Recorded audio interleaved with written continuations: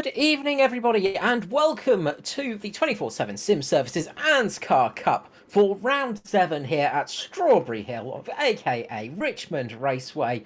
We are here live tonight on Performance eStreaming, of course, and Facebook. And joining me in the booth tonight, I have a new contender new contender for this season at least, but a bit of an old voice to the series, Mr. Steve Hoppett. Steve, welcome to the booth, mate.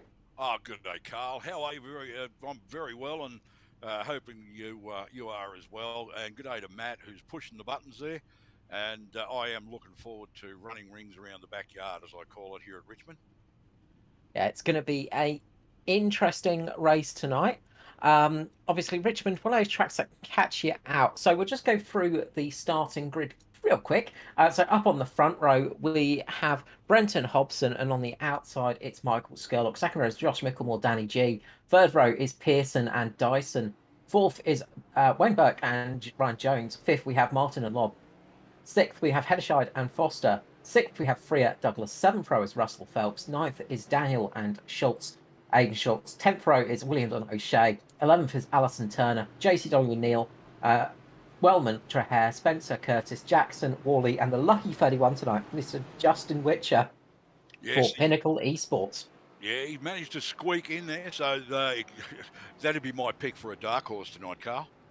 Oh, it would be a dream if he can get it done tonight. Pinnacle have done a great job so far of wrapping up those lucky 31 spots. Of course, the ANZCAR Cup Series, you're locked in for the top 20 in the championship. Then 10 people can qualify for the race. And then the 31st one is basically decided by a secondary race that we have in the background for those people that don't get into the major race, of course. And the winner of that will get themselves into the next week's race, of course. That will be Darlington next time out. So we are here for the first time in this new generation Cup car. Very different machine than we had last time round. Well, Justin may be the lucky 31, but I'm pretty sure somebody out there in the 31 is hoping it's lucky for them tonight, and that's Josh Micklemore starting from the second row. Yeah, he is going to hope for that same luck he had last night, avoiding a massive incident in the Xfinity race. But we are getting ready to go here as the pace car will be pulling in as we get it ready to go. We will be quiet for this first lap as we go green here for Richmond for round 7 of the ANZCAR Cup.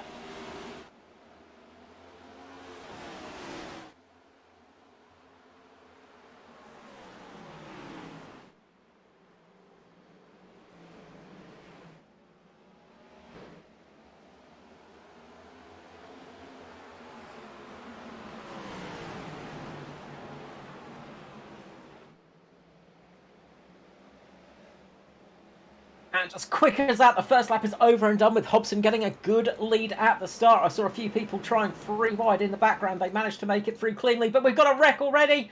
It looks like Dave Douglas and what was that in the red one? Was that Neil Pearson? Yes, it was Neil Pearson. Yeah, Pearson's come together, and there's a couple of cars missing a few bits and pieces out there. Oh, and it was actually. All I did was think it, Carl. I didn't even say that they'd gotten through cleanly out of that first lap, and it was great to see. I just thought it, and that was bad enough. Yeah, so contact in front between, it was actually between Wayne Bock and Andrew Dyson, and that started off that incident. Dyson getting caught in the rear quarter panel, and that's sent Pearson up into his teammate, and a lot of damage on the front of Pearson's car. That is disastrous for the championship leaders at the moment. Yeah, the DPR cars look better, I can tell you right now. Neil Pearson would be very down about that. And he just came back on track and caught Ruben Phelps out. So just after he came back down on track, I think just a little bit unsighted what actually happened there. So they were just checking up, and Andrew Dyson caught Ruben Phelps in the rear there. So they were just checking up, and it was just I think the iRacing telling people where they're meant to be. And Ruben Phelps got caught out in that huge amount of damage to that rear panel on that one. That's going to be one that's going to have the stewards looking at for sure. Yeah, somebody tagged Dyson when he went up the track and into his teammate Pearson. And Dave Douglas, I think, managed to just pull it up before he completely wrecked. In fact, whether he actually made contact, I'm not sure. He may have pulled it up in time. So I watched the replay here as they rejoin. So after this incident, because yeah, I think Dyson was trying to get back to his position, and unfortunately, Room was caught in the middle of the track. So this is where the incident happened. You can see Dave Douglas just manages to hold it back, gets a bit of damage on the front there, and then Dyson tries to go down between the middle and catches Ruben in the rear quarter panel there. Yeah, well, the other accident had already happened by that stage. That was Daiso coming back down after actually contacting Neil Pearson after he'd been tagged, and then he's ended up tagging Ruben Phelps. So, yeah, bit of a shame after a nice, clean first lap with everybody away, and then lap two, yeah, the storm hits. Yep, and this is the trouble with short track racing. Well, it can be painful. That is for sure. When things go wrong, they go wrong very quickly. And these new cars as well, they struggle a lot with the tires and the actual temperatures as well. The first couple of laps is really, really dodgy, and it's very hard to get those brakes so I can get everything in operational temperatures. Welcome to High Glow. Good to have you back. See you back in the watching the ANZCAR series. A pleasure to have you back, High Glow. But yeah, big moment for DPR there. And that's two of the championship contenders. Just quickly run through championship standings. Whereabouts are we on the track? Got time. So Dyson leads 15 points ahead of Pearson. Foster in third. Fourth for Hobson. Fifth for Martin. Worley in sixth. Seventh for Skurlock. Allison in eighth. Ninth for Danny G. And Wellman in 10th. Pace car will come in. We'll go back to green flag racing. Hobson's going to lead away. Skurlock on the outside. Will we get a good clean start here? They are away. Good restart there for Hobson. He's on it early. Danny G gets a little bit loose on the outside. Hobbo gets a beautiful restart there. Skurlock is going to be putting pressure on him, though. He does not want to see Hobson running away with it.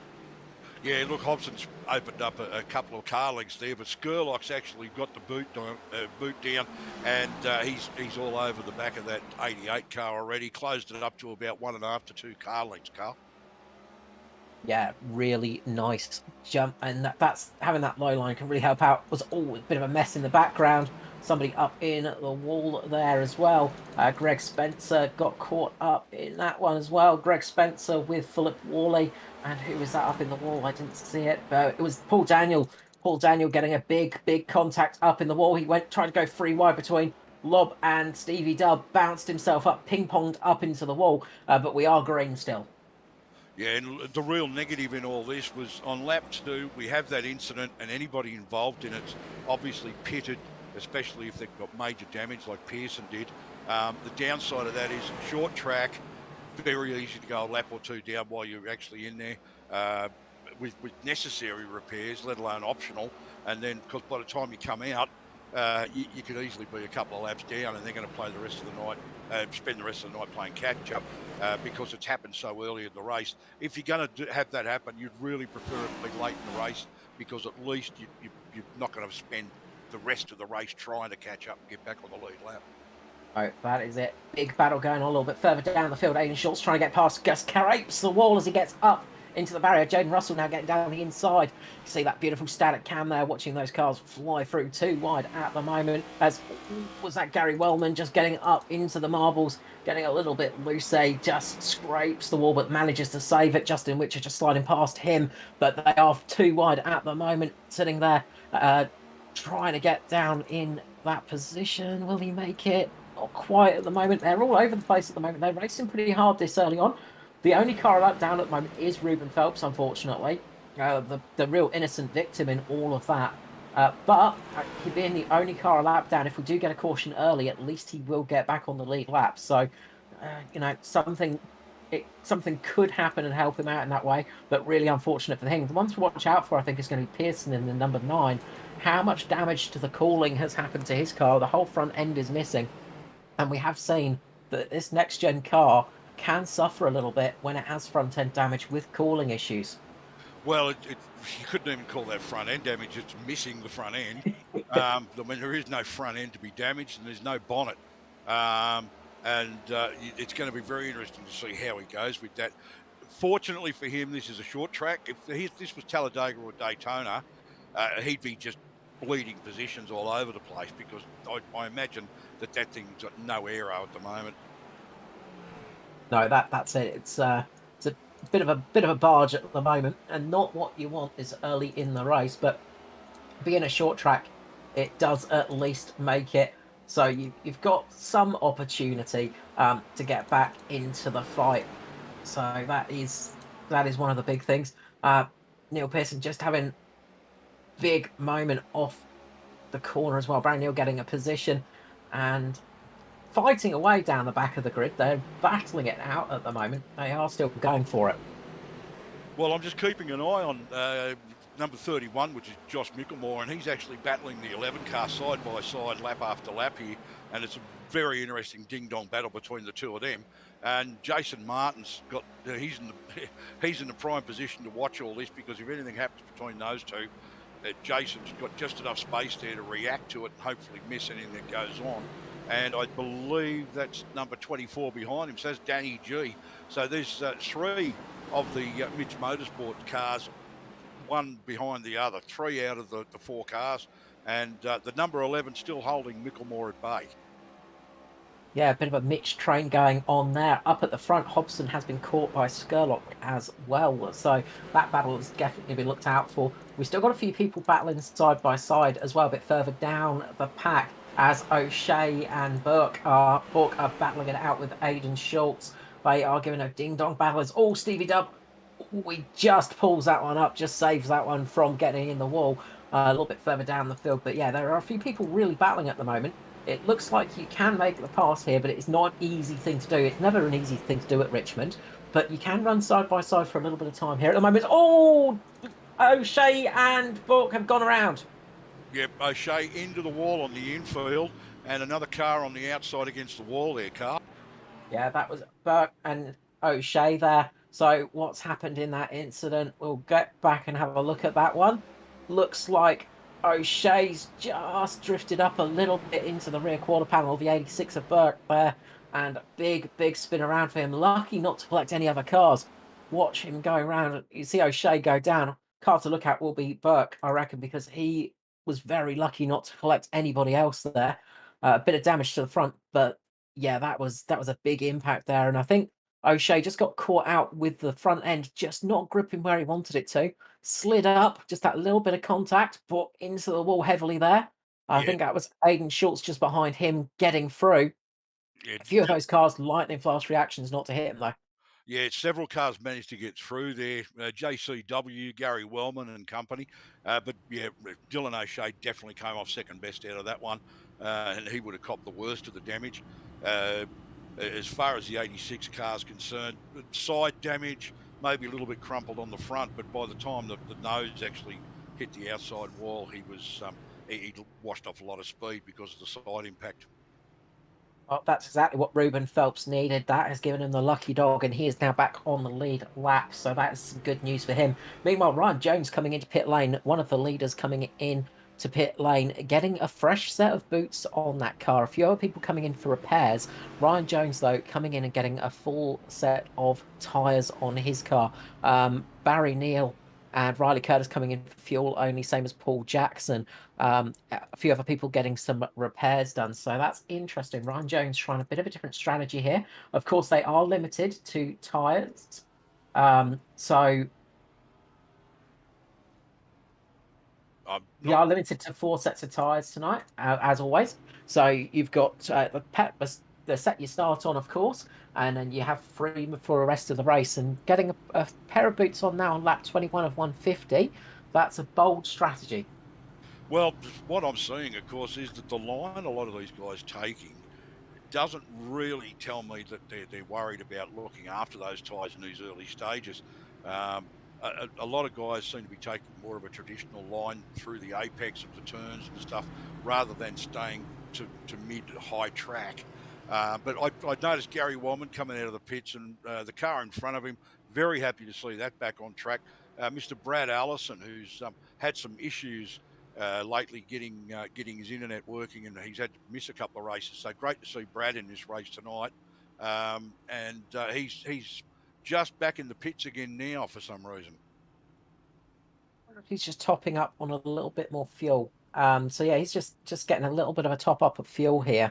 So just really having a bit of a roll of the dice, I'd say, just trying a slightly different strategy. See, So you see Neil Pearson still in pit lane for those lengthy repairs. Gail Foster, welcome, Gail. Always a pleasure to have you watching. Just mention as well, front end damage, of course, when you do lose the bonnet and everything like that, you'd think probably would actually be good for cooling of the car. Unfortunately, you tend to get a lot of damage to the radiator, and that's the thing that stops it from cooling the car. So sometimes you get lucky if you get no radiator damage, you don't get cooling issues. But if that radiator's damaged throughout the race as it goes on, it will start getting worse and worse and worse, and then all of a sudden you'll hear a pop, probably on around about lap 110, I'd say.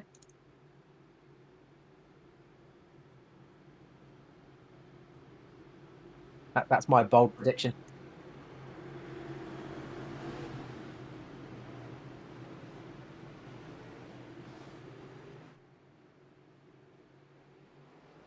So we are on lap 24 as we go back to green flag racing. We've got a slight technical issue with the ticker not showing the laps at the moment. We do apologise for that. It is Hobson in the lead of Skurlock. They're all away pretty cleanly. These tyres, of course, one of the things you have to watch out for on older tyres is they tend to spin up a little bit. With this new generation of car, though, they tend to hold a bit more heat to them. And you tend to suffer when you're on the fresher tyres as they're a bit cooler. Yeah, it does do that. But yeah, the guys are trying to keep it clean out there, but they're also trying to race hard. And on a short track, it's very easy to make things come together in the way you didn't plan. It is, unfortunately, Josh Mickelmore moving in comfortably in P3 at the moment. There's a big gaggle of cars behind Daniel Hedderscheid just behind him with Jason Knight and Danny G. Dave Douglas and Edward Foster battling it out as they go across the line side by side. Who's that making a bold move? It is Aidan Schultz having a big dive down the inside of Freya there.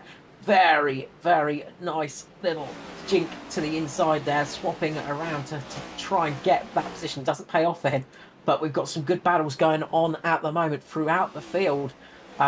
Lots of different positions to the car, lots of different lines, and that's something this car can do. Of course, it has got a bit more of the old rear downforce with that splitter, of course. So it's a slightly different package, and that live rear axle changes things up for these cars as well. So they are a very different beast to what we've had before. It means you can run some slightly different lines, I guess. Yeah, well, I'm noticing Dave Douglas is actually was staying pretty much to the outside. He was riding that wall very, very close, and then he's staying about mid-track on the outside of the majority of these cars, and then riding the wall along there. So he's obviously made his decision. He's taking the outside line to look after those tyres. Just jumping back to Ryan Jones and Andrew. Oh, we've got an incident. We've got an incident. Philip Worley and Justin Witcher, I think, into each other. Unfortunately, just contact. Justin Witcher couldn't pull it up in time. Just locks the front tyre and goes up into Worley. Locks the front left tyre, unfortunately, and catches the back of Worley. And then Worley gets caught by the 45 of Gary Wellman, who goes up into the 2-3-1 of Paul Jackson, I think. No, Paul Jackson just misses that. But the biggest one to get caught in that is Dylan O'Shea, who took a big bite into the tyre barrier at the pit entry. There was there was a fairly big nudge there, and the two cars with which are pushing the DPR car along, but it wasn't until Gary Wellman wasn't able to pull up and he actually rear-ended the purple DPR car, and that's what I think has actually created the most damage on that vehicle, which is a real shame. Yeah, that is a shame. A little bit of not so much luck for the lucky 31 there, Justin Witcher. Just getting that little bit of a lock up though. Looked like the left front locked up on him there just as he was going in, and just could not get it turned and going up into Wellman, and that was that, unfortunately. Well, what Wellman's managed to do, of course, was just almost didn't even hit him properly. He more or less just bounced off the rear end there because he appeared to be under brakes already, and he's just glanced off the right rear corner of the DPR car. So it could have been a whole lot worse than that car. Yeah, and obviously luckily it's sort of on the exit of the corner where you're kind of at sort of a slightly lower speed, so a little bit less speed carry through in that spot. So that will sort of mitigate the damage a little bit. So that is always nice. Lap 32 of 150. And this is our third caution, I think. I believe it is actually, yes. The first one being on lap 2. So we've got a long way to go, and really, I hate to say it, but I think these guys need to just pull it back a little bit and just try and keep it clean, get a long green flag run going, um, try and do the right thing by the brakes, the tyres. Every time this happens, everything cools down. So, of Yeah. course, then they've got to start from all over again, and we get another incident in a couple of laps because with a lap and a half under their belt, they start to push a bit harder and they start to come together again. They really do need to just pull it back a little bit and just keep it clean for 10, 15, 20 laps. I'm sure we'll see some really good running with heat in the tyres and the brakes. Yeah, that's it. Once it all gets a heat, once it gets warmed up, this car is a pleasure to drive. But when it is cold, it is a bit of a monster. Of course, 700 odd horsepower underneath you in a relatively heavy car with relatively small brakes. It's not the easiest thing to muscle around sometimes, and it can be a real tricky one. And of course, those new rims that they've got on there, the new low-profile tires, have really changed the dynamics of these cars. It changes the way the tire temperature works. It changes the way the cars handle through the corners. And absolutely, Steve, you just need to get settled into that rhythm early on. If they can get settled, watch out for people like Andrew Dyson and Ryan Jones moving their way up through the field. Andrew Dyson coming in just to get a bit of top up fuel, I think it was. But they've got some fresh tyres on them while others don't. So there's a mix of different tyres out there now. Steve Williams is on fresh tyres as well now for this next stage of the race. So there's a bit of a mix of different tyres now on the track, and a few people just coming in just to top up the tanks as well, just to make sure they've got fuel in there. But we are back to green flag racing, lap 35. Away they go again, and Hobbo is on it once more. Great start for the Synergy driver. Oh, absolutely. And the guy who keeps benefiting out of these incident periods and these cautions is, of course, Ruben Phelps, who, after being a lap down and managing to get back, has now moved up 6 spots in the last few laps. Yeah, it's you know, you can have a bit of a disaster sometimes on the opening lap, but if you keep going, sometimes it can come back to you on a short track. And depending on how many incidents happen, if it was me out there, of course, we would have a green flag race to the finish if I was the car a lap down. That's usually how it works out, I find. We've got a big move just behind. It looks like Foster maybe just dropping a couple of positions. He's side by side with Jason Martin at the moment. Martin trying to get up the inside in the 21. Foster and Martin, we've not seen them on track together this much this season. Martin's been just struggling a little bit to get this new car working in his range, it seems, and he's sort of just starting to get comfortable now. We say Martin's struggling, he's still sitting, you know, fifth in the championship, of course, and that's struggling for somebody like Jason Martin. For Jason Martin, yes, it would appear that he's not as comfortable in this car as he was in the Gen 6 car that we used up until the end of the year last year. Oh, Ryan Jones! Looks like Ryan Jones and Luke Traher. Dave Douglas almost caught up in that as well. What's happened here? Well, there's extensive damage to that M&M's car. So, contact on the track. Looks like Luke's tried to break it and just locked up into Jones. Hard to see exactly there. That was a tricky one, and that's a lot of front end damage to Jones there. And yeah, a lot of cars getting lucky to squeeze by that as well. Luckily, they both ended up on that high line out of the area. It looked like Luke was actually going to move around the outside and then came into the turn and lifted a little and waited to get back on the back straight.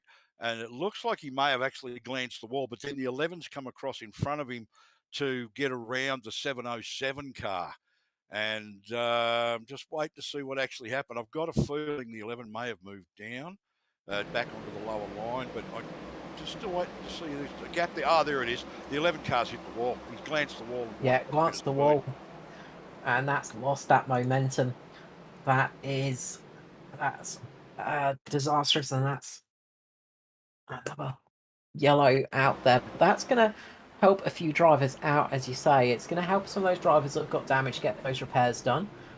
Slowly chipping away at it. Neil Pearson, who is 2 laps down at the moment, he's going to get one of those laps back now, though. Yeah, it didn't look like Luke in the 43 car actually had anywhere to go there. He got taken completely by surprise when the 11 cars glanced the wall and washed off that speed. And just the position he was in, apart from a panic move and just jerking the wheel to the left, I don't think there's any way you could have avoided him. No, and then you run the risk of when you sort of do something like that, you end up spinning the car and possibly causing a bigger accident. It's Making it even worse, yeah. tricky situation to be in. And yeah, it's one of the things as well when cars glance the wall like that. The closing speed is so quick; it is milliseconds of reaction time you have, and it's very tricky to get that one right. And so everything goes through your brain of what to do, and then you look back at the incident and go, "Oh, I should have done that differently." But it is one of those annoying little incidents, unfortunately. Just a small little mistake, just touching the wall, and that's how quick it can happen. Well, what that has done is it's added another car to the growing list of vehicles that don't have a front end on them. Because although he would have had the side damage from glancing the wall, it was only after the contact he sort of spun and nosed it into the wall, and that's when he lost all his front apron and everything off that. So I think he's still got a bonnet on it, but there's definitely no nose on that vehicle. Yeah, Ryan Jones missing the nose of that car. The cap of the Skittle bottle is being lost. So they're going to be dropping Skittles all across the track now. That's not what you want.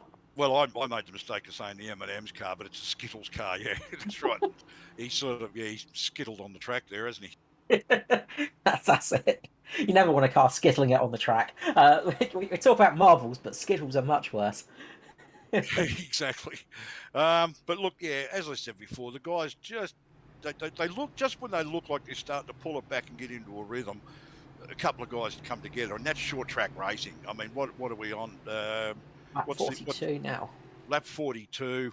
And it's just when I say short track, it's certainly not as short as Martinsville or Bristol, obviously, but it's still under a mile, and you know.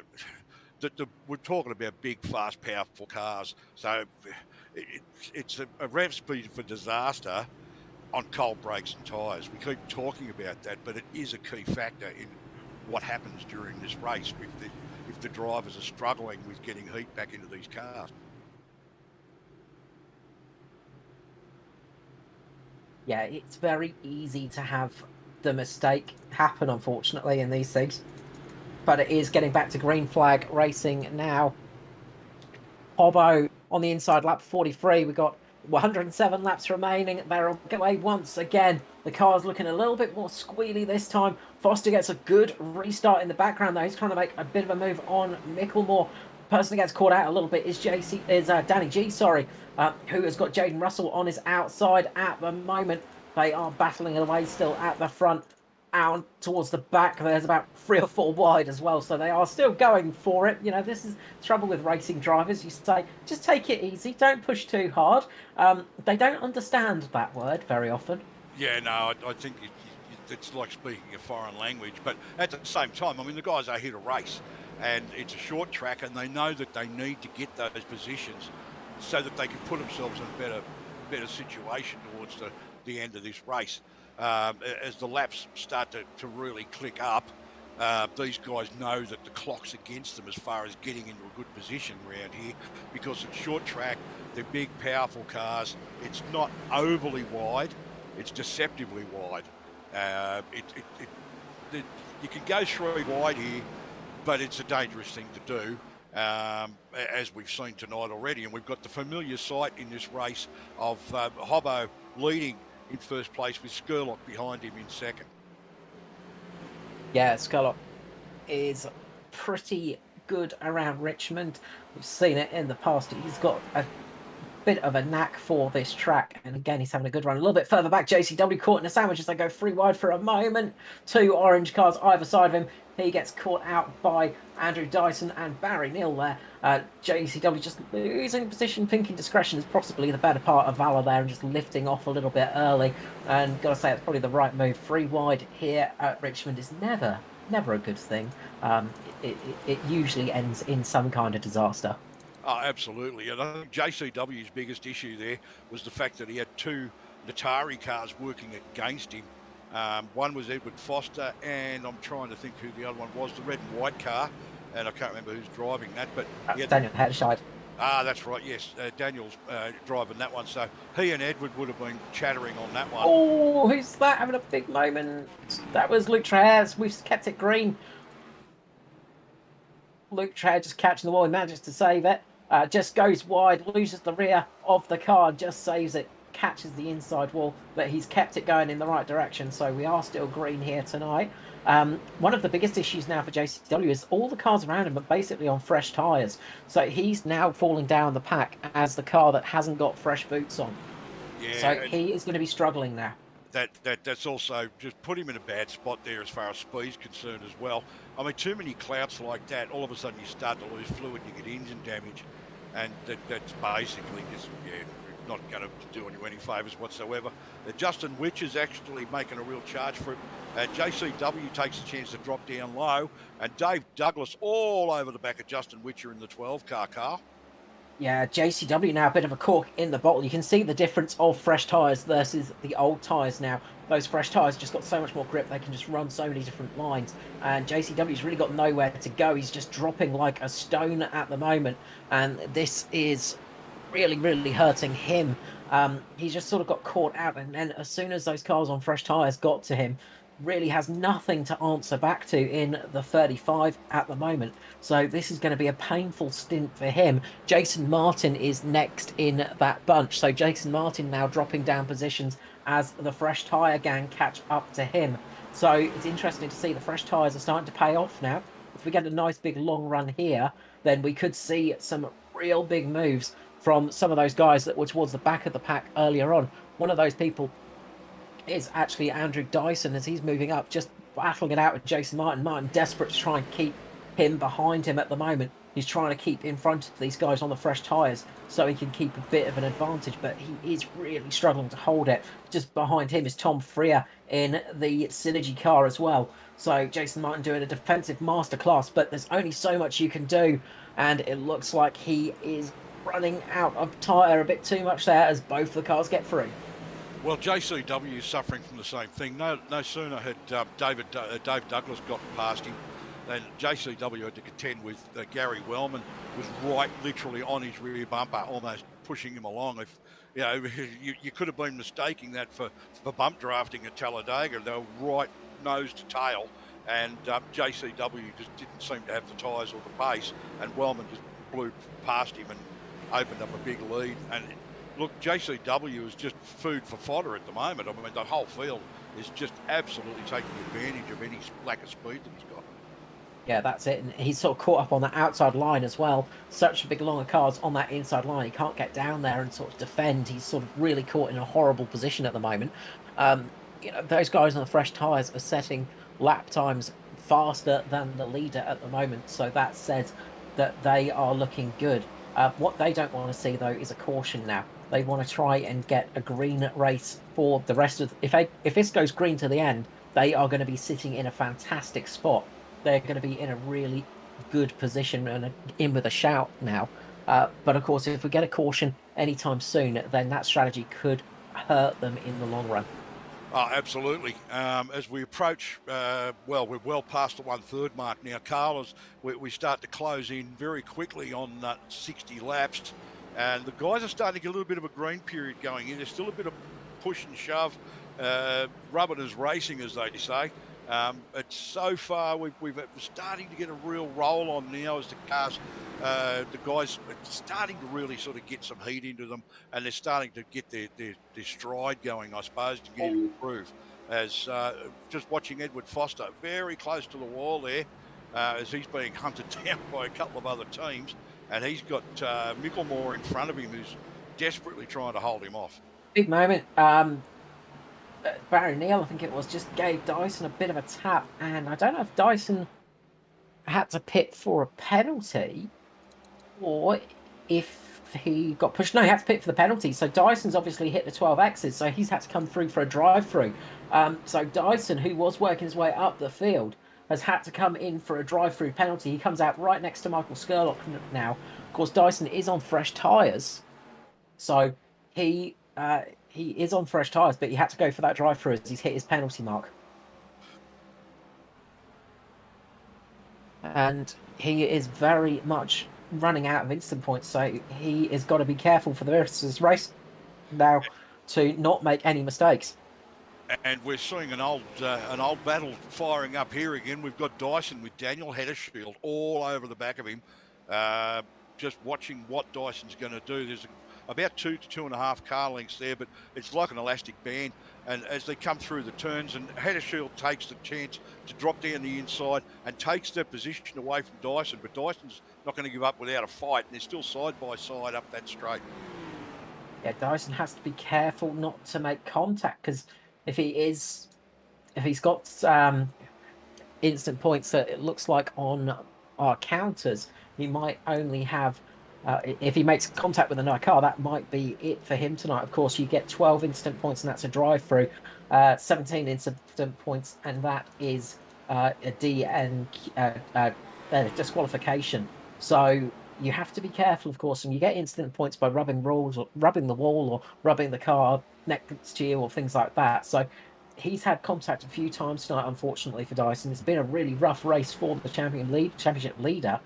And he has fallen a lap down now, remember. So he's technically a lap down behind Heddersheet. So, as we say on ovals, there's no blue flags. You do race for positions, even if you are a lap down. He is on the fresher tyres, though, but I imagine they've started to plateau, so he can't really take advantage of it. Well, the sad part, of course, is those early cautions in that first half or first third of the race has probably had that incident count raise on several drivers. So there's going to be quite a few guys out there that just need to watch their P's and Q's a little bit. Instead of, being able to rub somebody or come together side by side and lose a little bit of paint, it's going to actually have much more of a bearing on their We've got a race. caution. We've got a caution. We've got a big caution. Who was that? It was Philip Worley involved in that one with Barry Neal. Barry Neal as well. So Barry Neal there. So Philip Worley making a move on Barry Neal, goes down the inside and locks up for Worley. Worley just locks up, and then Stevie Dubb, his teammate, gets caught up in that one, and Justin Witcher collects Barry Neal, unfortunately. See this on replay now. So Worley locks up. Up he goes. Stevie Dubb gets nowhere to go, and then Justin Witcher doesn't have anywhere to stop there. Oh, Gary Wellman must need his nappy changed after that one. He did an exceptional job to not damage that car by managing to actually pull it up. I thought he was going to put it into the wall, and I think he's actually managed to miss both the wall and the car, but not by a whole lot. And this is what the leaders needed. This is what those drivers that was staying out needed right now. Lap 69, lap 70 as they cross the line here. So 80 laps remaining. Well, there's a couple of cars still desperately trying to get into the pits who have actually missed the pit entry by the look of it, Carl. Oh, Darren Lobb's gone into the wall. Oh, so Darren Lobb's gone into Luke Traher as he was trying to, yeah. One guy out there that appears to have been missing all this somehow is Brad Allison. I mean, he's just making the most of things. Oh, yeah, Luke Traher has come together with him there, and he's gone straight into the water buckets. Yeah. Luke's putting his hand up over the radio. He was trying to actually let a car pass as iRacing was telling him to let a car go by. And unfortunately, he caught Darren Lobb in that one. And yeah, that's a big shame for Loeb because he was having a good run out there. New to the Cup Series.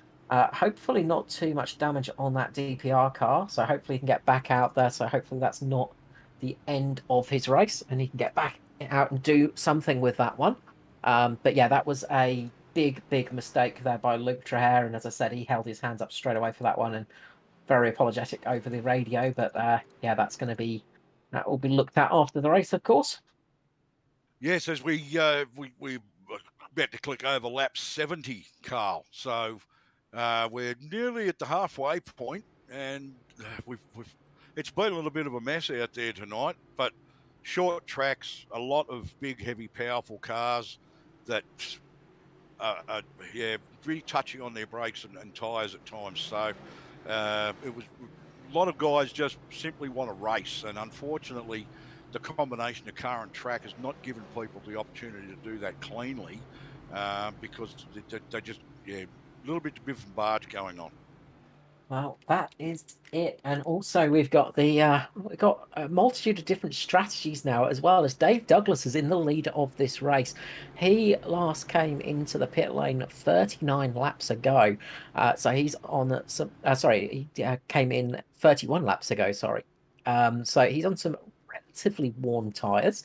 But he's got a couple of buffers behind him, Stevie Dubb, Riley Curtis, and Gary Wellman. So all of those drivers stuck it out there.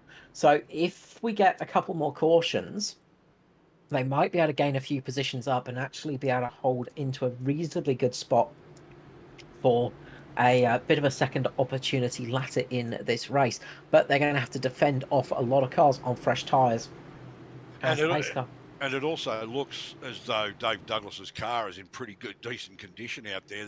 There's no massive damage or noticeable problems with it. So, and Gary Wellman's is not too bad. A little bit of paint missing on it, but he's not missing the front end. He's not missing body panels. It's not bent like a banana or anything like that. So this is going to be very interesting once we go green. And away they go. And Douglas gets a good restart there. He's got a bit of damage on the right front, Douglas, from an earlier incident, but it's not the worst looking car out there, that's for sure. One of the things now, though, is those guys on the old tyres will be able to get up to speed pretty much straight away. Those fresh tyres just got to be a bit careful because they're cold. They go 4 wide, 3 wide down the back straight, and they're going to make it through, are they? That was a very, very close moment for a lot of drivers. Michael Skurlock up right there. Has to ease off a little bit just behind Riley Curtis. It is absolute close racing there. 3 wide through turns 1 and 2 at the moment. Real close racing throughout the pack. Those guys on the fresh tyres, they've just got to get them up to temperatures, get those brakes working and everything right in the operation conditions as the 86 gets spun. Yeah, he's gotten just tagged a little, gotten out of shape there, but he's straightened it up again now. Yeah. It's brought out the caution, but fortunately, no major damage or like a big crash. I think it was just a tag, and he got loose, and everybody was pretty quick to react to it. Yes, wait back there. Just left door open. Scarlett went for the move and just contact there between the two. And that caused a little bit of check-up header behind him. Foster just managing to squeeze his way through there. And I think Aidan Schultz probably the luckiest driver out there for that. He just managed to miss the pit wall. I think he even maybe made the cone wobble on the pit entry. But yeah, that was a big, big moment there. Luckily, relatively scot-free for a lot of drivers. So that's some good news. It wasn't a big damaging one, but it has neutralised the race for a couple more laps. And this is kind of what Dave Douglas and Stevie Williams need at the moment. This is kind of their strategy. Same with Riley Curtis. They're right there on those old tyres. So if they get a couple of stop-starts like this, then it will help them sort of just get into a slightly better position as everybody else's tyres start to plateau a little bit later in the race. As we Yeah, see, and that was my mistake, is saying that was Gary Wellman, because I got just a green car. I'm not really used to seeing Stephen Williams in that colour car yet. So, but yeah, it is Stephen Williams sitting in behind Dave Douglas, sitting 1-2 at the moment, and yeah, we've about hit the halfway mark in this, so we've got around 75, 76 laps to go. The laps do count up very quickly here because it's a short track car. yeah, that's it. It ticks by quickly. So lap 77 now, so 73 and a bit to go. So we are getting, well, we're past halfway now. So we've got to that stage. And look, now it's going to be interesting to see how it goes because there's a lot of people on a lot of different strategies now. I think a few people have taken their second set of tyres at least. Maybe even a couple of people are on their third set now and they've sort of used up all of their tyre application. So that could be interesting to see. We've lost a couple of cars as well, unfortunately. It looks like Barry Neal's just about to get back out on track, but I think we've lost Luke Dreher, Philip Wally, and Neil Pearson. So 3 cars out of this race right here. And for Pearson and Wally, that's quite painful as well, as they're both in the top 10 of the championship at the start of this race. So that's a painful one tonight here at Richmond. Well, we spent 28 laps behind the pace car so far over 6 caution periods. So it gives an indication. It probably shouldn't be unexpected with these cars on a track like this. But the hardest part for some of these guys is going to be that if they didn't disable their tyres before they got into the pits through a rush of blood or something, if they've been involved in the incident, then they've probably used a set a lot earlier than they wanted to, and that's going to make it a little bit more difficult for them as their tyres get older later in the race, considering we've still got 73 laps to go. They're going to be wanting at least another set up their sleeve, I'd say. Yeah, that's it. You kind of want to have a set towards the end of the race if there's that late caution, and if everybody else comes in, it can leave you high and dry and really cost you. But we have seen that fresh tyres, it's not like the old Gen 6 car in the fact that the fresh tyres immediately switch on. They do No, need a lap or two just to get to a point where they work correctly. So that's one of those weird things now, is sometimes it's not always a good thing to be on the fresh tyres for, say, a green white checker. Pace car pulling in, it is Dave Douglas of Casting Couch fame up in front, the number 10, about to lead away. When's he going to drop that loud pedal? He's waiting, he drops it now, gets away, gets a good restart there. Hobbo is right on him though, is trying to get underneath Stevie Dub right here and trying to get his way up the field. Look at Skurlock as well. He's keeping him right on the back of Hobson. Skurlock really trying to keep as close as possible. He doesn't want to lose him here, but you just got to be careful on these restarts not to lock a brake, just to get the car settled for the race run. Riley Curtis now is going to start dropping a little bit like a stone as he gets all of those cars on fresh tyres around him, pulling past him. Foster making the move on him at the moment. oh, look, it was a good restart. It was a very psychological restart from Dave Douglas because he almost seemed to check up right before he hit the pedal, which would have actually affected the way that Brendan Hobson got started because he would have been trying to avoid the back of Dave Douglas's car, and he probably lifted. So as he lifted, Dave Douglas would have been hitting the loud pedal, and that put about 2 or 3 car lengths there. But Hobbo reacted really well and didn't actually let the gap grow any more than that, and he's actually closed it up on him, and he's past him now. Dave Douglas has pulled to the outside, and he's got Brenton Hobson past him. Stephen Williams, I think, is past him, and he's got Michael Skurlock just going down the inside of him now. So I don't know what's happened to David Douglas there. Yeah, well, he's on the old tyres, remember, Steve. So Dave Douglas and Steve Williams are both on tyres that have done 40-odd laps. Stevie Dub is dropping down the field as well. He's dropped down. He's just dropping down to Danny G at the moment. He's made contact. Oh, there's contact. We're going to get a caution. The 408 there, Kai Turner and Stevie Dub make contact. Looks like possibly what's happened to Kai there. It's just had a big moment off the corner. Did he? He made contact. So he made contact with Williams there, just on the edge of the corner, and that's caused a big checkup behind him. Caught out a lot of drivers, and Kai Turner has turned turtle. He is on his roof here at Richmond.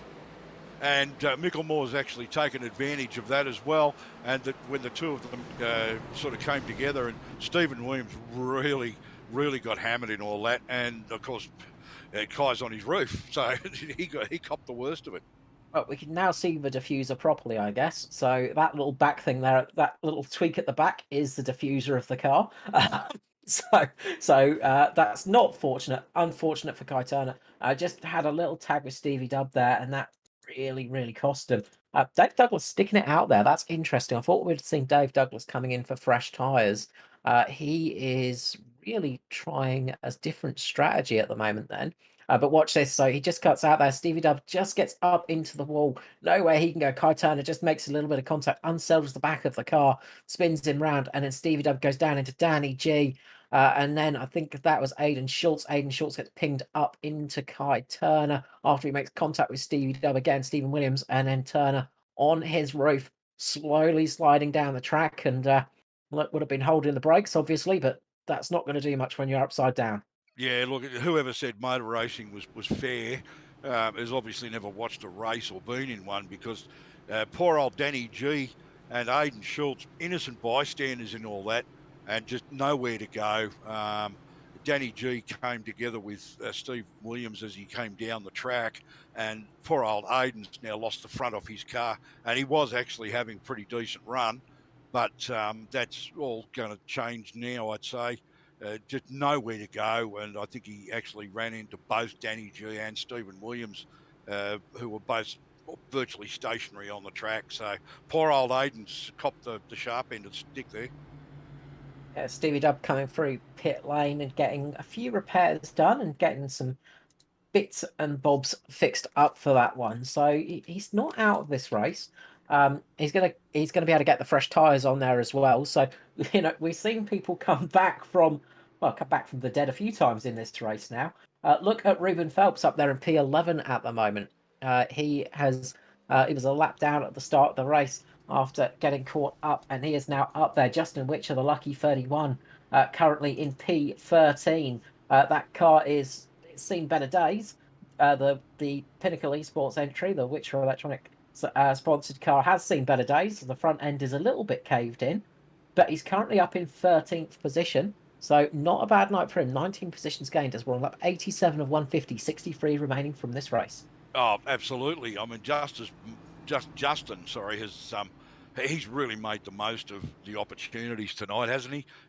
Being the 31st car in, and he's stuck with it. I mean, there's been little things go wrong and a bit of contact here and there, obviously, as you said, but he's certainly making the most of this. And Ruben Phelps, what a drive.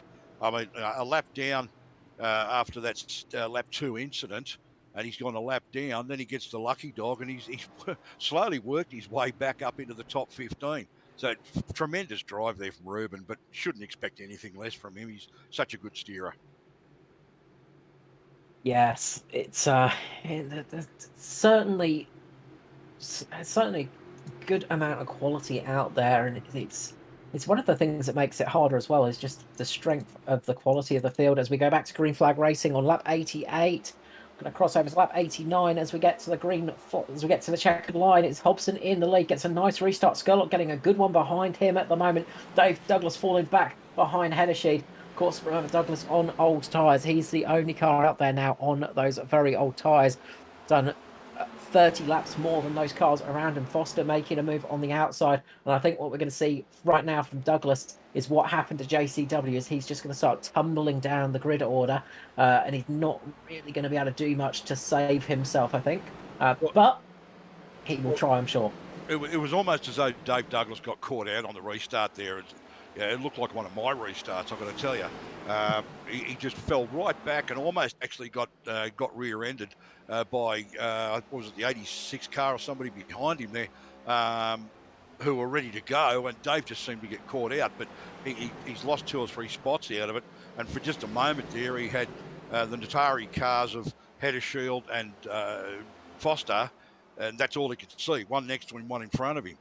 But he's holding back on now. But as you just said, he's on old tyres, so he is going to struggle for pace with the cars ahead of him. Micklemore's now gone past him. He's going to start bleeding positions, yeah. That's it. There's a bit of a gap forming a little bit further back. Brad Allison in P11 and then down to Justin Witcher in 12. There's a bit of a gap formed between those two groups. So we'll see how that one goes. Keep a bit of an eye on that. But at the moment, is Hobson in the lead? Skurlock in second. So 1-2, not really changed from the start. There's been a lot of action, but those positions haven't changed much from the qualifying positions. They are doing a great performance. Daniel Heddershide doing a really nice job. Up 8 positions, same as Foster, his teammate, 8 positions. Jaden Russell in 5th, 10 positions gained. Some really good moves through the field. Obviously, we saw a few of the front runners get caught up in some incidents early on, unfortunately, and that is not what we like to see, because we like to see fast cars out on track. Dave Douglas, he has a bit of a moment getting out of turn 2, and that's going to lose him a good few positions. Yeah, just got squirrely there. I think that's just his tyres. He's obviously trying to hang on, and he's driving it as hard as he can, but unfortunately, Dave's driving it harder than the tyres can keep up with at the moment, I think, and I'm surprised. I wasn't aware he didn't actually put fresh tyres on in that last caution period. I thought he had, so that was my mistake in thinking that, but he's paying the price for it now, Carl. Yeah, he is just, as we saw with Josh Carroll-Walden and JC Dub, just falling like a stone on those old tyres, and it was about the same, different in tyre length stint as well. So Dave can drive around a lot of things, but I think those tyres are just starting to catch him out a little bit, and this could be disastrous for his race if it goes green. But the big thing is if it goes green. It's one of those things. It's hard to fathom at a short track sometimes. Getting a long green stint. Skurlock's looking for a way past. Is that Brenton Hobson up front there? So he's managing to keep close to him, but Brenton's holding him off. He's not able to just sort of get himself into a position where he can challenge through one of the turns. They're very closely matched, and just as he seems to pull it up a little bit closer and get a half a car length behind Hobbo just seems to pull the elastic band out a bit further, and they've got two Natari cars running red hot right behind them in Daniel Heddershield and Edward Foster, the Godfather. Yeah, they are really going for it. A little bit further back, we've got Wayne Burke and Joshua Carroll-Walden having a good battle in front of Brad Allison for the 9th spot at the moment. Wayne Burke having a very good debut tonight. Pretty sure it's his debut tonight. I don't recall seeing him in the Cup before, but I have been wrong in the past. But yeah, I'm pretty sure this is his debut tonight, and he's having an absolute blinder. And Brad Allison looking desperately for a way around Joshua Carroll-Walden as well. Yeah, they are having a good little battle back there, and it's one of the things that tracks like this is you've got to almost have a spider working the cameras, and luckily we kind of do have that with Maddie Hunter, of course, operating the cameras tonight, looking everywhere all at once, keeping an eye on all the different battles. But it is tricky to just keep an eye on what's going on throughout the field because it does get very, very packed out there, and you get some really good racing going on all throughout the field. Jumping back to Stevie Dub, he's on those fresh tyres now. He's just getting past Justin Witcher. Of course, we saw Stevie Dub get caught up in that instant, and he's catching up to Dave Douglas now. So we saw them on the restart prior. Of course, it was Stevie Dub and Dave Douglas side by side. Stevie Dub's been through pit lane, got fresh tyres, been through again to get some repairs done. And you can see how much of an advantage those fresh tyres are having as he dives down the inside of the number 10. That car is looking a little bit more like a casting couch than usual for Dave Douglas. It's not handling like a car, that's for sure. Stevie Williams just gets a little bit loose on the exit, just gets a bit of a snap on the car. As who was that? I think that was Ryan Jones as well. Ryan Jones having a bit of a moment in front of them, and I think that's why Stevie Dub lifted off, because Ryan Jones had a big slide. Stevie Dub just lifting off to avoid that incident. Yeah, Justin Witcher saw that as well, and he tried to take advantage of it by making a move around the outside. But Stephen Williams definitely recovered well off that one because Dave Douglas made a move on him as well, even on those old soft bags that he's got under it. But Stephen Williams really recovered well from that on those fresh tyres, and has now made sure that he's put Dave Douglas and Justin Witcher back behind him again. Darren Lobb as well having a really good run. He's just getting past us. Oh, we've got an incident. It's Riley Curtis and Paul Jackson. And we're under caution again. We are under caution once more. Riley Curtis and Paul Jackson, they're getting caught up with each other. While we're under caution, I've just noticed we've got Aidan Schultz down in the care centre. So we'll just grab Mr. Schultz. Aidan Schultz, how are you going, buddy? Good evening to you, Carlos. How are you, mate? Not too bad, not too bad. Obviously, we prefer to see you towards the end of the race rather than at this stage. Got caught up in a couple of instances. We saw you were missing pretty much the front end of your car. Was that your night done, unfortunately?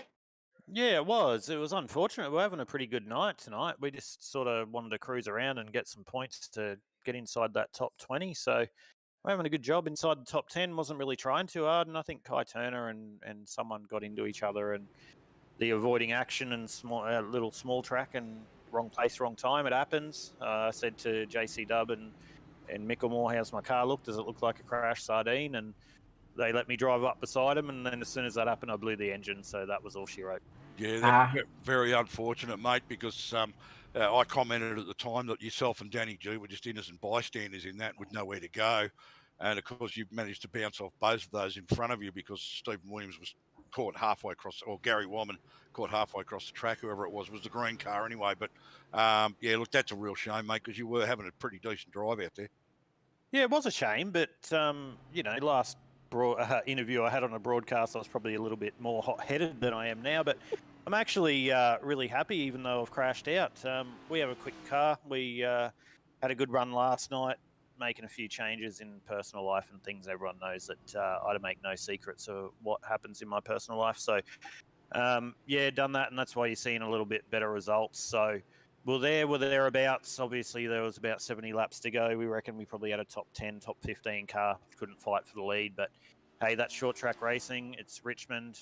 There are a lot of other top players that exited stage left before I did. So, good racing by everyone. It was good being up around the company at the top, inside the top 10, having a good run. And all we can do is press the escape button and come back next round and see if we can go better. Look, hopefully it will be a better one next time out. Obviously, another good result. You qualified in, didn't you? Because you're not locked in at the moment, Yeah, are so you? I'm not locked in by about 3 points just from one bad round. So, qualifying in again next week by the looks of it. Yeah.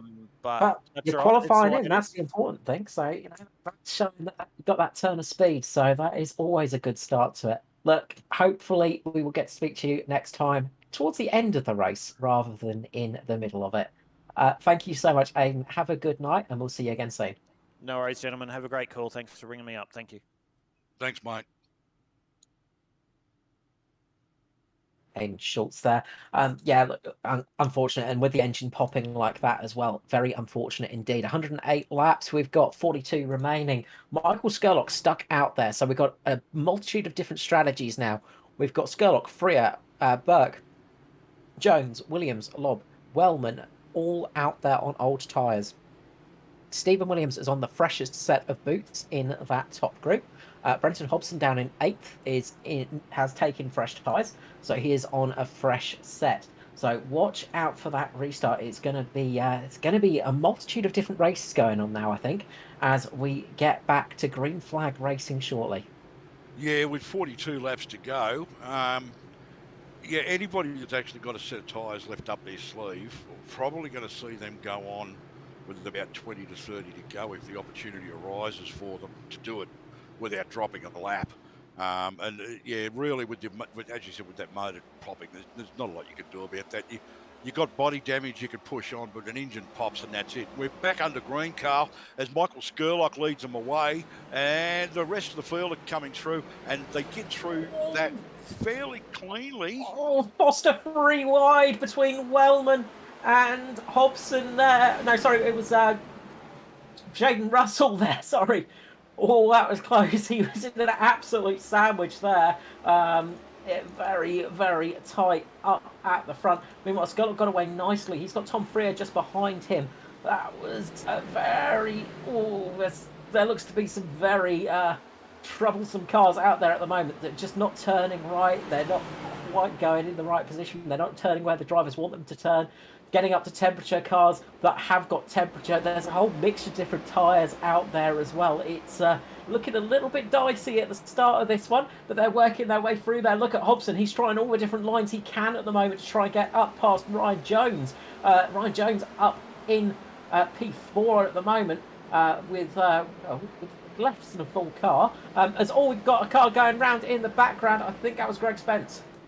Greg Spence around. As the caution flag flies once more tonight, contact between Greg Spencer, JCW, and Dave Douglas. So Greg Spencer making contact with JCW, and then unfortunately Jackson and Jason Martin going into him. So we'll see this on the replay now. Well, at one stage there, you had about 8 cars you could have thrown a baby blanket over them, and then we had this. Yeah, it was... I hate to say it, but it was almost inevitable, really, that an incident happening there with all of those different tyre strategies out there. It was looking a little bit dicey, to say the least. But yeah, that was just that moment of just getting caught out there, unfortunately. And Greg Spencer really paid the price. And Jason Martin's actually managed to still tag him very lightly, but he just still gave a bit of a tap to that car of Greg Spencer's while it was sitting in the wall. So he wasn't able to actually avoid him. So he's probably going to have a little bit of a bump on the right front of that number 21 car, Carl. Yeah, Jason Martin 4 laps down after getting caught up in an earlier incident as well. So again, it's been a really rough season for Jason Martin. It's been an un-Jason Martin-like season. He's just been struggling with this new car and just not getting it to work. We've seen it with the mixed drivers. They've all been sort of having a bit of a go here and there, and some of them have better times than others. But it has definitely been a tricky one. Just seeing Neil Pearson's back out on track as there has been such a high attrition rate. So he's getting out there to try and gain a couple of extra spots because he could very well gain himself a couple of spare championship points out there tonight with this attrition rate that's going on. Yeah, this car really is something where you either love it or you hate it. And that some guys have just really just gotten a handle on it a lot more quickly than some others. And even an experienced top level guy like Jason Martin and even Josh Mickelmore and these guys to a certain extent, they just seem to have struggled in this car this season. We're just not used to seeing Jason Martin in this situation. But it's been a terrible season for him, and he's persevered with it. Hats off to him. He hasn't just given up on the car. He's persevered with it because he also knows that some tracks he's more comfortable in it than others. But unfortunately, it's just not a season that he's going to want to remember, I don't think. No, it's been a bit of a rough one. And speaking of love or hate it, just got asked as average Joe in the chat, just asking who was the Vegemite car. Paul Daniel, thanks, Matt, for letting him know in the stream. But that was the perfect timing. We had the Vegemite car up on stream. As you said, you either love it or you hate it. That's the perfect representation of love or hate, isn't it, really? Oh, yeah, absolutely, Vegemite. I mean, talk about, it's divided society. It's like the old NVIDIA or AMD or Intel or AMD. I mean, peanut butter or Vegemite, that'll divide a country. Oh, Marmite, of course. That's the true one. But look, I've been meaning to say hello to somebody, give him a shout out in the chat. Brett Campbell, a regular runner in a lot of these series. And Brett's out there watching at the moment and wished us well for a good call tonight. So good day, Brett. Hope you're enjoying the race. Thank you to everybody joining us tonight. As always, we're on lap 117. About to go back to green flag racing. We've got 33 laps remaining. We're getting towards the end of the race. We've got Skurlock on old tyres, Freer on old tyres, Jones and Burke on old tyres, and it's Hobson, Jaden Russell, Foster, Lobb, Williams, Mickelmore, and Phelps in P11. Pace car comes in. Skurlock wastes no time, launches that car off the corner, tries to keep it in the lane. Of course, you can't change lane before you get to the checkered, before you get to the line there. I think that was not really changing lane on purpose, more so trying to tame that car, because that thing was not wanting to go in a straight line. That back end was stepping out on him, but he managed to get it there at the end. Brenton Hobson at the moment getting an absolute beautiful run on the low line with Jaden Russell just behind him. Tom Freer, his teammate. It's a synergy group up the top as Ryan Jones just goes into the back of him. Foster in the 53 getting down on side of Ryan Jones at the moment. Watch out for Darren Loeb as well. Loeb we saw into the barrier earlier on in pit lane as Stevie Dub makes contact with the wall a little bit further down, but they managed to keep it in a straight line. There's a huge battle as Josh Mickelmore as well working his way through the field. So many different cars out there and so many different tyres, but got to say at the moment Hobson's looking good. He's catching up to Skurlock. He is catching, and those fresh tyres are really going to help him out if he gets past. Look, right, wall. His header shield lost it. Header shield, I think it was. He has lost it. A big accident there, and that catches out Dave Douglas, Riley Curtis, Stevie Williams, and one of the other DPR cars as well. I think that might have been Darren Lobb as well, unfortunately. I think just he got quite a bit of damage on that one, but Hennessy just losing the car down the straight there. Fortunately, let's see what happened with that one, because that's weird accident to happen. The car 11's actually got the wiggles up, and Daniel's tried to go around him and avoid him, and he's Yep. gotten loose, and that's basically put him out of shape, and he's copped a bit of a flogging from the other vehicles behind him. That's what's happened there. He Yeah. done Ryan that to Jones. try and avoid an accident and made it worse. Ryan Jones on old tyres with damaged car there, loses it, and that causes the ripple effect behind him and a big, big accident that's taken out a good lot of cars. And interestingly, they've all stuck out at the front, so the leaders have not picked for tyres. So this would be really you'd say this would probably be the opportunity to do it. They might be waiting for one last one, but I think I would honestly, say so, yeah. it's all down to track position at the moment. I think they Look, just want track position is key. what's really unfortunate, I was just about to actually mention Dave Douglas, Stephen Williams, Justin Witcher. Those guys, I was going to say, they've been inseparable for lap after lap lately and just having a really good battle. And that's just happened right in front of them. And I think all three of them have copped a bit of damage out of that. Yeah, that's a lot of drivers as well on their getting up to their instant limits as well. So a fair few people have had to do drive-throughs, and they might have to do a drive-through at the restart as well. So it's going to be interesting to see who is going to get pinged for that, because we do get some of that information, but unfortunately sometimes it's not 100% correct. Well, that car Dave Douglas is looking like more like I don't know, it's a lot shorter than it used to be. Well, he is the casting couch. I think it's now the casting futon. Yeah, it's more like an armchair, I think. Yeah. But yeah, look, that's going to make things very interesting. If we could, well, several guys would have picked up a 4X out of that, and that's brought them very close to the DQ incident limit. So yeah, and unfortunately, at least 3 or 4 of the cars involved in that just had nowhere to go. I mean, it was just not their own doing. That when you're running the line and all of a sudden there's cars sideways in front of you, you just nowhere to go. And the sad part of that is Daniel was doing the right thing when Ryan got wiggles up and Daniel's suddenly darted out to the left to avoid him, thinking he was going to lose it. And because Daniel's pulled out so harsh to the left on the wheel, it's actually got the car out of shape, which is something that's a characteristic or a trait of these next gen vehicles. Unfortunately, they're just not. You can't. If that was an Xfinity car or a Gen 6 car, he wouldn't have had an issue in the world. But these get loose very easily. Yeah, it's kind of what we saw earlier with Luke Trahare and was it Philip? It was Ryan Jones actually. Yeah, Luke Trahare and Jones. You know, it was a similar situation, and maybe if Heddersheet had just gone into the back of Jones, it might have caused less of an incident. It's kind of, as we say, it's that thing of hindsight. It makes it a lot easier. I do wonder if just on my screen it's just come up that maybe Heddersheet has hit his instant limit and might have actually got a DQ. So that is really unfortunate if that's the case as well. So we'll have to wait till the race has ended for that sort of information as well. But we are on lap 125 or 50, 25 laps remaining. We are getting ready to go back to green flag racing here for the ANZCAR Cup, brought to you by 24/7 Sim Services.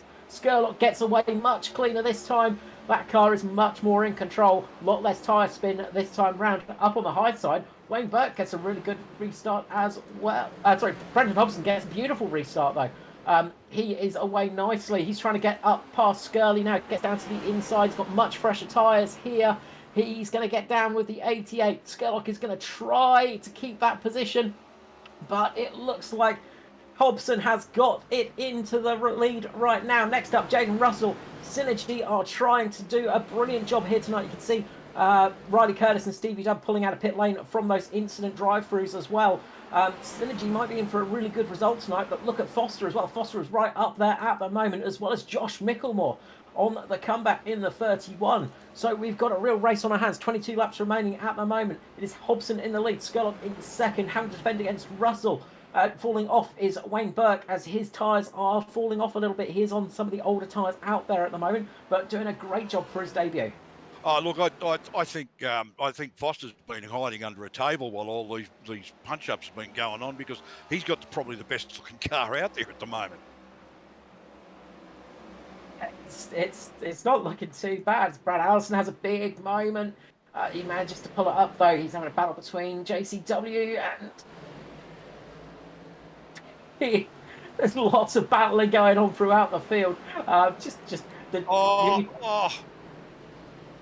Brad Allison trying to make a move down the inside of the 707 car, and he turned him, and that's brought out another caution. It was just the slightest little rub, and the 707 car gone round. I had a deep inhalation of breath because I saw some of that was going on earlier. I just flicked to the front, and unfortunately, he's just got into the back of Freer and then locked it up, gone up into Paul Daniel. JCW kind of gets away with that one. Dave Douglas got absolutely saved there. Dave Douglas Dave Douglas kind of, he's probably got incident points, but he sort of got slammed into there. Dave Douglas sort of got away with that relatively scot-free. That could have been much worse for him, but that car has got a bit of a magnet on them tonight. Oh, absolutely. It's looking more like a Toyota hybrid than a NASCAR, unfortunately. And he's in the pits now. So what is Dave running at the moment? I can't actually tell what brand of car it actually is. I can't remember, and I certainly can't tell by looking at it anymore. So he's possibly driving a Mustang, but I think it's a Ford Fiesta now. He's driving the brand new Ford Fiesta Cup car, but I think that car might be out now. It's taken its punishment pretty hard, unfortunately. If they sold Fiestas with that motor in it, I'd buy one. I think the motor would be bigger than the Fiesta, wouldn't it? Yeah, it might be a little nose heavy. I remember the Renault Clio that had the V6 in it. That thing was a ridiculous beast. Just completely off topic, but the V6 Renault Clio, that thing was an absolute beast to drive. Been there, done that. Yeah. I had a 76 Chrysler Centurion, which is the size of a Cortina, and I stuck a very hot 318 cast iron V8 in it, and the first question people asked me was, "Isn't that nose heavy?" Yeah. See, that's why you put the engine in the middle of the Clio. But you gotta love silly cars like that. Well, my reply was, they designed it for a 4, the Australian factory put a 6 in it, and I fixed the problem. It's simple maths. That's it. But we are going to be getting back to green flag racing soon. 17 laps remaining. We're on lap 133 here tonight for 24/7 Sim Services ANZCAR Cup here at Richmond. It is a tough course. As we were saying, Steve, before the race, short tracks, cautions are going to happen here. It is a tricky place to run. We're at Darlington next as well. I'm expecting... sorry, Martinsville, sorry. I'm expecting pretty much the same. That's an even shorter track. Yeah. It's a tough couple of weeks for these boys. And does anybody remember the LA Coliseum? Yeah. The LA Coliseum was relatively roomy compared to some of these tracks. Yeah, I've seen traffic move faster in New York City, Yeah. Oh dear. We're getting side by side. This is going to get racy now for these last few laps. There is a lot at stake right now, and there's a lot of new faces up there as well. There's a lot of damaged cars. There's a lot of different drivers. There are people that are going to have to come through to serve a drive-through as well, unfortunately, with the amount of contact that's been out. But there's going to be some real big stories out there tonight. You need to watch Foster. I think we need to keep an eye on Edward Foster. He's running an exceptional race, and that is a fairly straight car until just a little while ago when he just got a couple of taps. But yeah, look, Edward's going to do well, and it's green, and they're away, and Skurlock is absolutely out after Hobson, who's had a great start. Yeah, of course, Skurlock on those very old tyres, and that's going to make it a little bit tricky on the restart. Just takes a little bit. The traction's not quite there, and this has given Micklemore the opportunity. Micklemore trying to go down the inside right now, but it's giving Jaden Russell a nice run up into P2 at the moment. Got Skurlock sitting there, Foster on the outside at the moment. Foster sitting up high, Micklemore on the low side, and Skurlock in the middle. Skurlock defending against the two of them. Ryan Jones sitting in just behind them. Foster going around the outside at the moment. He's going to try and use that traction to his advantage now, using those fresh tyres, see if he can run it around the outside of Skurlock. And he does as he clips Skurlock! And oh, he is around! And that was a big one for Foster. Sorry, Ed. Just contact with Skurlock. And that... I'm not giving anybody a rap anymore. That'll do me. I don't believe it. That was a big one, and then unfortunately, I think it was Darren Lobb. Dylan O'Shea there. Unfortunately, got caught up in that one. Yeah, and it really was just a case of Edward was on a line and Skurlock was on a line, and the two of them needed the same piece of track, and it didn't work. Yeah, that really, really hurt there. The winner out of that, obviously, by the looks of it, I'd say is Mr. Micklemore. He won't be happy about what's happened. He never likes to see that sort of thing happening, that sort of deal. But he's managed to escape that as another DPR car is into the wall. JCW gets through there unscathed as well, but poor old Edward Foster, like having such a good run. And I'm going back to have a look at that one, and that was, I reckon that. So we jump back. Paul Daniel coming out of pit lane, serving that penalty. Skurlock's actually had to check up, and that's caused the incident there. That was, I think that might have been the crux of it there. Skurlock just pulling up to avoid just the slow car just X'd in pit lane. And unfortunately, Foster may have thought it was clear, just that little bit of contact. And big crash. I don't think he was actually expecting Skurlock to be there, and Skurlock was avoiding something. And what a shame. But yeah, look, that's the way the racing's going. I mean, if we've seen nothing else in this series so far, it's that you don't know what to expect. I mean, any championship or even race that sees Micklemore sort of struggling, Jason Martin, several laps down and struggling, JCW mid-pack, you've got to actually sort of it gets your attention, obviously.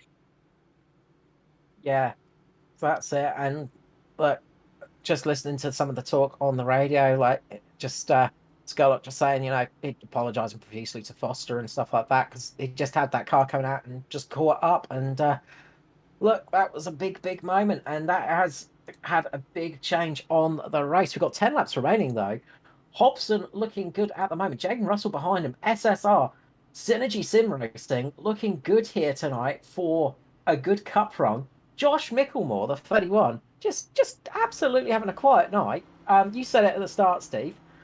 Josh Micklemore, watch out for him. He's going to be having a good run. Absolutely gets it up there. Ryan Jones, barely any car left, but it is sitting up in fourth at the moment. Justin Witcher, the lucky 31, up in P5 at the moment. Yeah, my dark horse, mate. My dark horse. Had to see him there. He's done tremendously well tonight, Carl. And it hasn't been an easy run for him either. Sorry. No.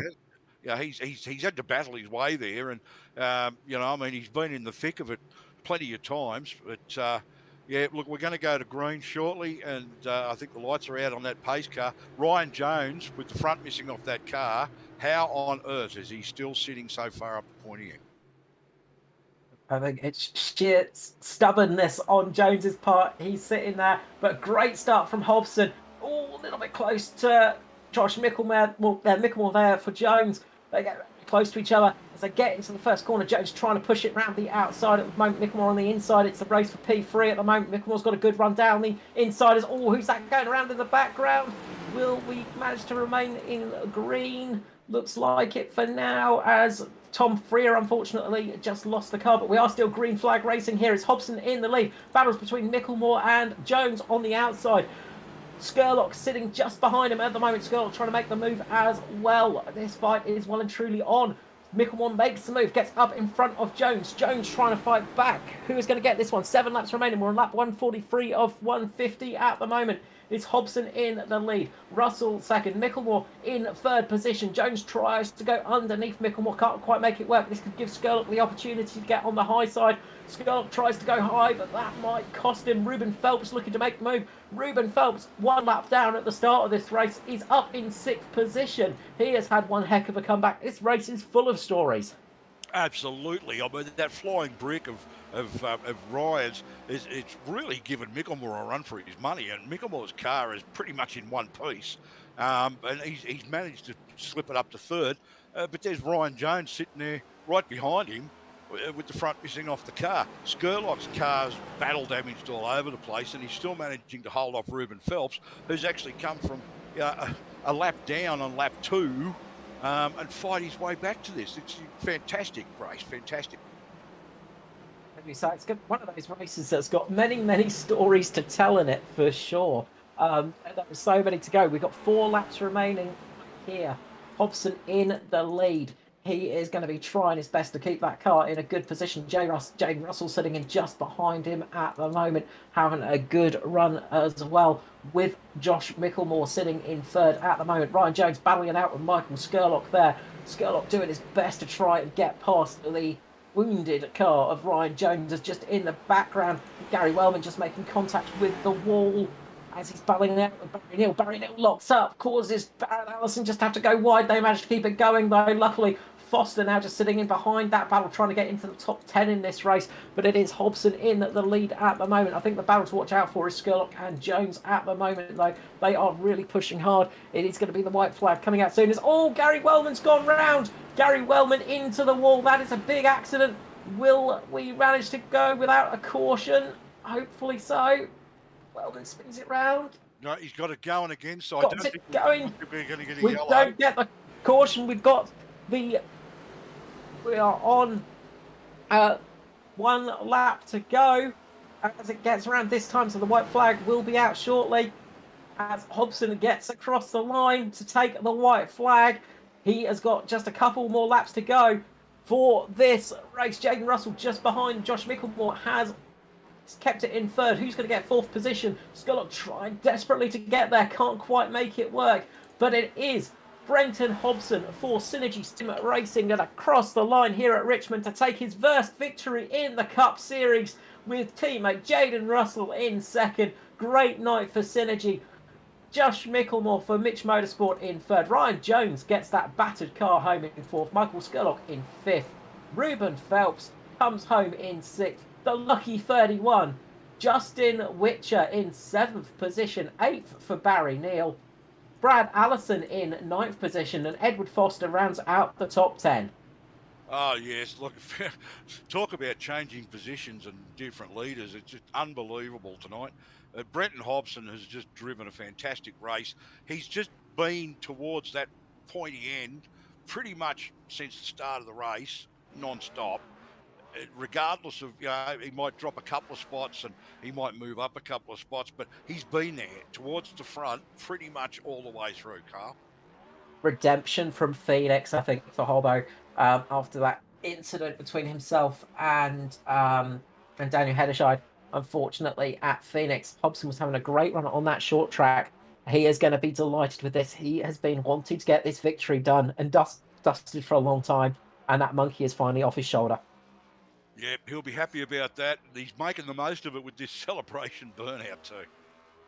He is indeed. Oh, well, first race back up in the seat here, Steve, with the Cup Series. What a race to call, eh? You just couldn't blink. You couldn't close your eyes for a moment. And anybody who didn't think that was exciting well, they're dead. They've got no pulse. Yeah, that was fantastic stuff. Biggest mover of the night was the lucky 31, Justin Witcher himself. 24 positions gained. A really good night for him. The dark horse getting a really good run and making the most of the lucky 31.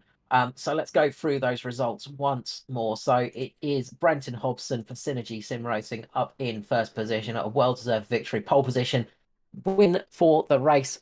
And I think not quite, didn't get the fastest lap, unfortunately. That went to Wayne Burke. Jaden Russell came home in second, with Josh Micklemore in third, Ryan Jones in fourth, fifth for Michael Skurlock, Ruben Phelps in sixth, seventh for Justin Witcher, as we say, lucky 31, Barry Neal in eighth, ninth for Brad Allison, and 10th for Foster. As we go over, it's Riley Curtis in 11th, 12th for Josh Carroll and Greg Spencer in 13th, Paul Jackson 14th, 15th for Tom Freer, Gary Wellman 16th, 7th for Danny G, Stevie Dubb, T. Williams in 18th, 19th for Dave Douglas, Jason Martin in 20th.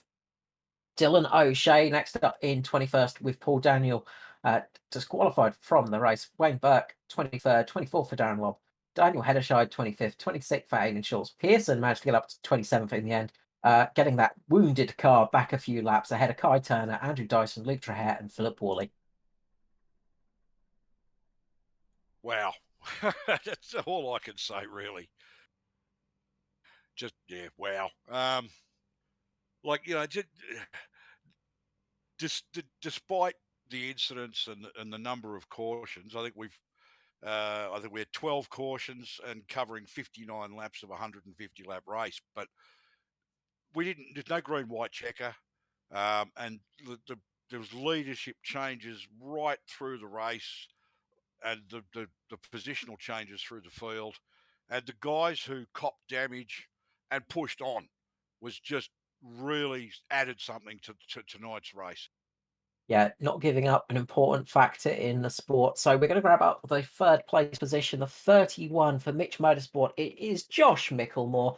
Joshy Micklemore, welcome back to the broadcast booth. Congratulations on a P3 tonight, mate. Yeah, cheers, guys. I didn't think I'd be speaking to you in this series this year. It's been a bit of a dry spell, hasn't it? It's been a bit of a weird one for you and for Mitch Motorsport in general. I mean, ups and downs through the year as is usual. But the Cup car's not been the kindest to you guys. Nah, this is my first top five.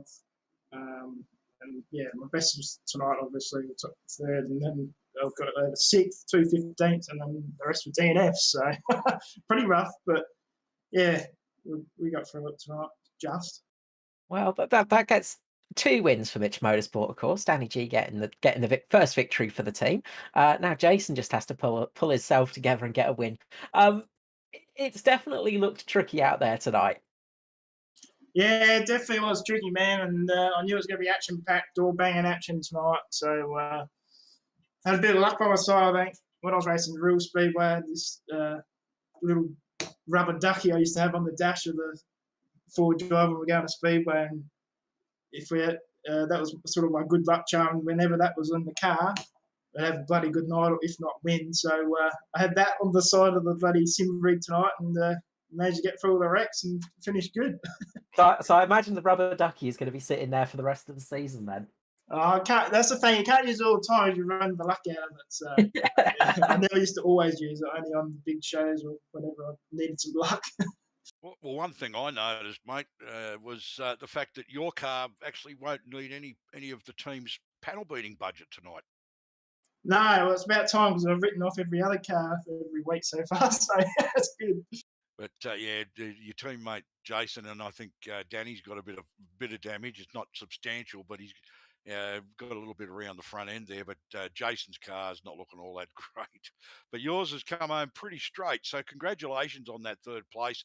Great to see the number 31 back up the pointy end when the checkered flag comes out, mate. Yeah, it was. Like I said, it was action-packed race. Some good close racing as well, though. But yeah, it's been unfortunate for Jason Dan tonight. Unfortunately, they just got into it, had nowhere to go and whatnot. So it's pretty unfortunate for them. But I'm sure they'll bounce back. They're doing well. So yeah.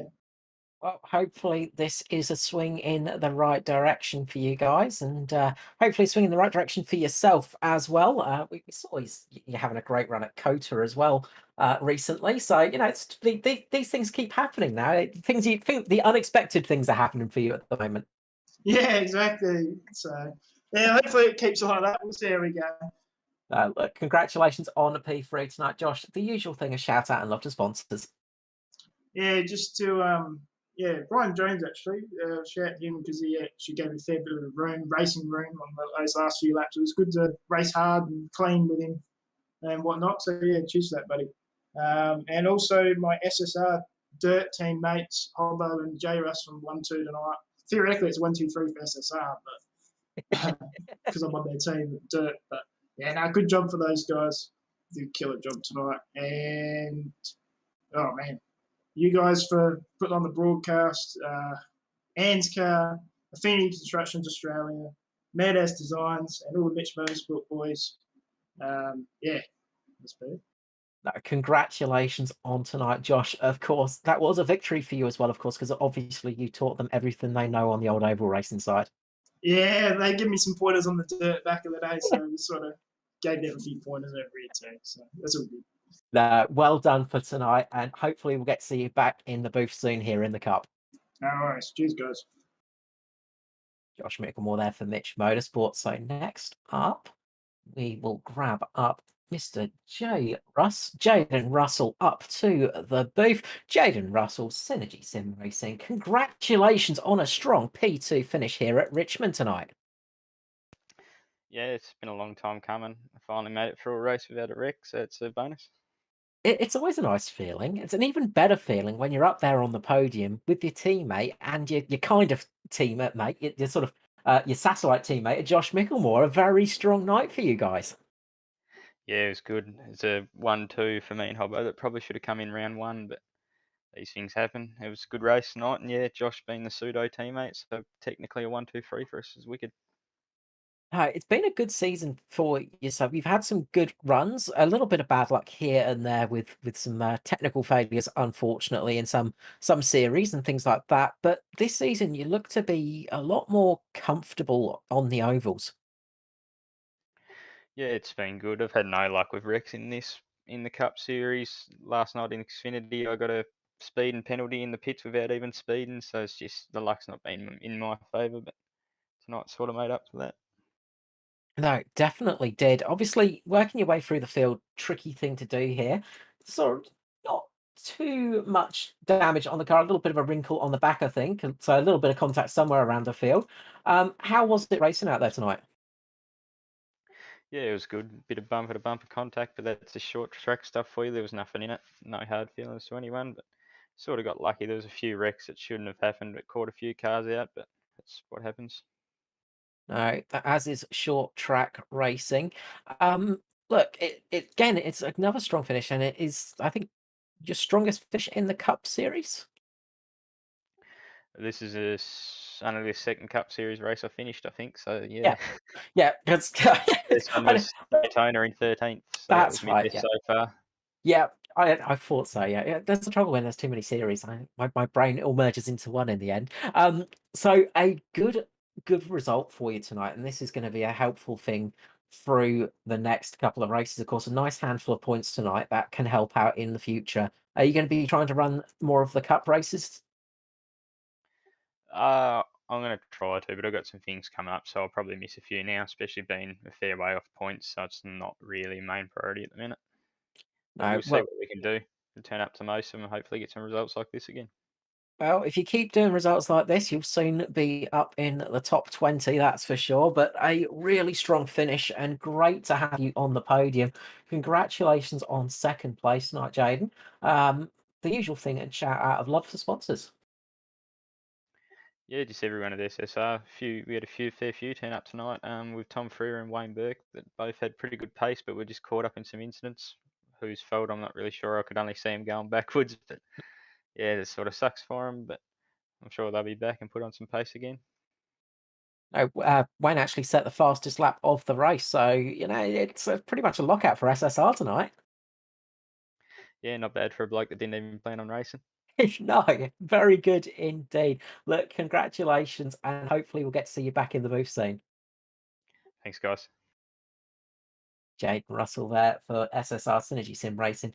And now we will grab up the man of the moment.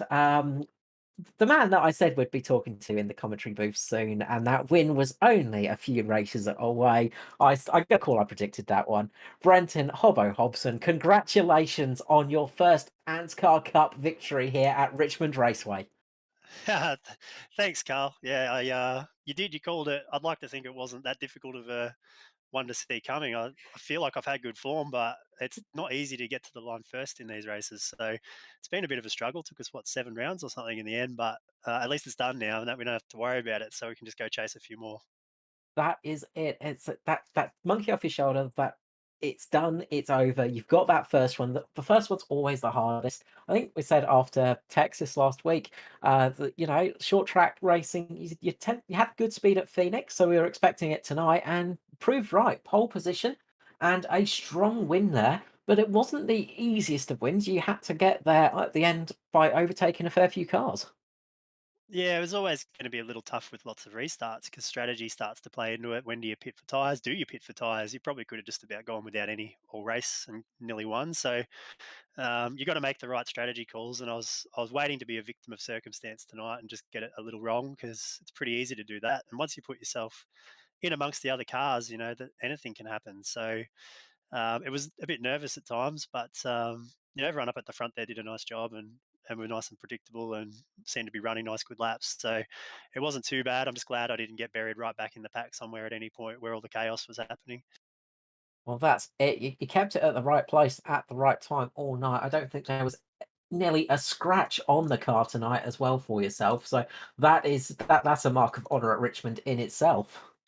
Yeah, I think I scraped it down the wall on the backstretch one lap while I was checking something in my settings. And other than that, though, no, I kept it perfectly clean tonight, which is always, like you say, always a challenge around here. So car was on a string. It felt just like Phoenix. I felt like at Phoenix, there's no way I could have lost that race, and I did. But it was the same again here tonight. It was really good in qualifying, put a really good lap in qualifying, and I felt like I was in control of it out at the front. Skurley was good tonight. He was certainly quick, but I felt like if we got the right sort of green flag combination, that I would have had the pace and the tyres to get it done in the end. So I'm happy that we got there. I'm glad I didn't sort of let another one go to the wayside because that would have frustrated me. But yeah, I'm just happy to be finally with the checkered flag in hand. Yeah, it was almost a clean sweep for you as well. Unfortunately, the fastest lap went to your teammate Wayne Burke, who stole that away from you.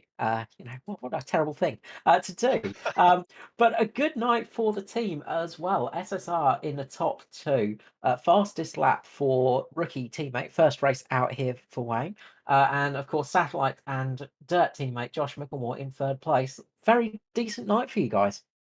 Yeah, and it's another thing that feels like it's been a long time coming. We've seen a bit of it, in the Thunder Series and the trucks and stuff like that. But again, the Cup, it's just been a little more difficult to get all our ducks in a row across the team. And finally tonight we got a few of our guys all at the pointy end at the right time. And again, it's just a matter of time when you've got the quality of the guys in our cars. And those Mitch boys are definitely no slouch when it comes to oval stuff. So got lots of good guys in the corner. You just got to line it all up sometimes. And yeah, tonight was one of those nights. A great night for the team all round. And we even got to put a little bit of team play in at the end of the race there with our restarts and trying to get some advantage for our guys. And it was good. It was just nice to have in a couple of our cases a fairly drama free night. But yeah, just to get some good results on the board to go with it.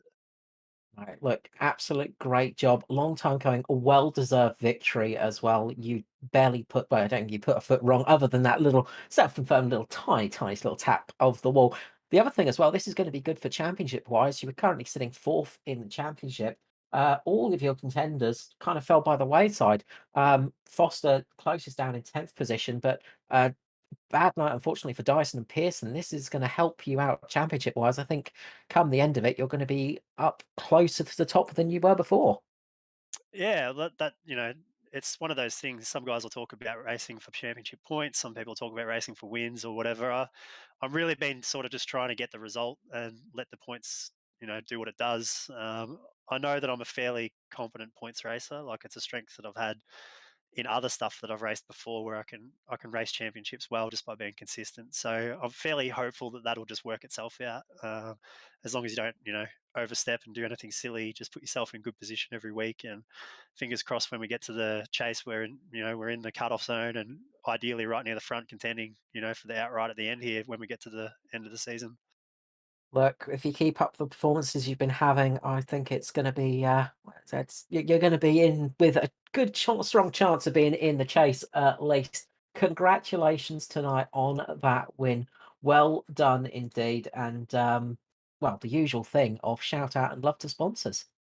Yeah, awesome. Yeah, well, thanks obviously to the guys on the team. It was good to have them around tonight, especially because I'm not feeling too good. So it was good to have those guys hanging around and spurring me on, and working with them all night, which was cool. And obviously, thanks to the sponsors on the car as well: Wave Runner Performance Centre, Smith and Sons, DGD Customs, and all the others that are involved with the team. It's an awesome team, SSR, and lots of good people on the cars for us. And thanks to the guys that run the league. It's not easy running a league, and it's not easy on trying nights like tonight, where there's lots of stuff happening on the track. And also to you guys for putting on a great broadcast. Appreciate it. I hope you enjoy watching this one back. You get a bit of airtime. Excellent. Always good for the sponsors. Now, congratulations on that first victory. It sort of feels like it's been a long time coming, but it's one of those things that it's still sort of very new to the overly side of things in ANZCAR, and you've really been having a strong season. Let's hope that one continues for you. Yeah, I feel like we've got the momentum rolling now. We've had a good start to the season. We've had good results everywhere except for the DNF, or basically DNF that we had there at Phoenix, but that was probably our best drive of the season. So momentum's on our side. The results are coming in. Let's see if we can come back and put it on the top step again next week. Now, obviously, you're off to Martinsville next week, another short track. You must be feeling relatively slightly hopeful for that. Oh, I'm hopeful. I mean, we were good at the Clash, which is probably the closest comparison to Martinsville, just about, that we're going to get to, flat and tight corners. So I'm expecting to be somewhere there or thereabouts. The short tracks have been good to me, but it's also Martinsville. So it's one of those, it's a bit like a plate race, Martinsville. You sort of go in with high hopes, but you got to be realistic. You could easily end up with a bad result there. So I think the key will be putting it near the front and qualifying and trying to stay there for the whole race. Congratulations again on tonight, and I'm sure we'll see you back in the booth relatively shortly. No worries. Thanks, guys. Have a good one. Brenton Hobson there for SSR. First race victory in the ANZCAR Cup. He said it's been one of those things that he's been really wanting to have happen, and it is often the way, Steve. It's that first one is always the hardest, and when it finally comes, it almost lifts a weight off your shoulders. Oh, absolutely. I mean, he'll be feeling pretty good about that, and that'll actually be a real boost for the Synergy guys coming into Martinsville. Although it's slightly shorter, they'll probably be able to look at that and drive in a similar fashion to get the best possible result. But the Synergy guys all round will feel pretty good coming into the next round, being another short track. And I think Brenton's going to enjoy that for the next couple of days. He probably won't wipe the smile off his face. No, absolutely, and hopefully it'll make him feel a bit better as well. Nothing makes you feel better than a race victory. Well, I'd hate to see what he could do when he's feeling good. I know that's a scary prospect, isn't it? No, thank you ever so much for joining us tonight, Mr. Steve Hoppett of Mad Dog Racing, of course. Always a pleasure to have you in the booth, mate. Yep, no, look, it's a pleasure working with you, Carl, and thanks for pushing the buttons tonight, Mr. Matt Hunter. Yeah, just becoming a habit. It's the second time in a few days. Yeah. But no, look, it's great. I mean, it's been a while, and had a long break from doing the commentary stuff. So getting back behind the mic, and the fact that I do it sitting in my sim rig probably makes it even better. But no, look, it's been fantastic, and thank you very much for having me.